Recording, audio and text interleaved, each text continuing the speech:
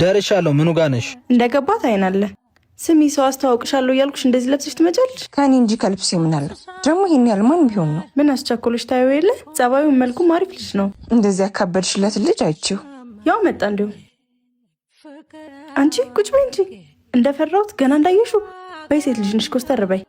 ምሩ ኢዛና ትተዋወቃላችሁ እንዴ?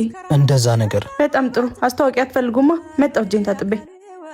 ሰው መገናኛ አይታወቅም ለካ። ማን ገናኝ መስሎሽ ነበር ዘግተሽኝ የጠፋሽው? አይደለም። እና ያለ ምክንያት ገፍቶ መሄድን ምን አመጣው? አስፈራኸኝ። እንዴት? ብዙ ፈላጊ ያለ ትመስላለህ።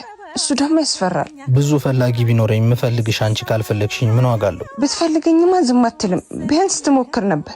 ፍቅርን እኮ አትታገዩም። የእኔ ከሆንሽ መምጣትሽ አይቀርም። ልክ እንደዚህ በአጋጣሚ ቢሆንም። እንዴት ግን? እኔን አላቅም።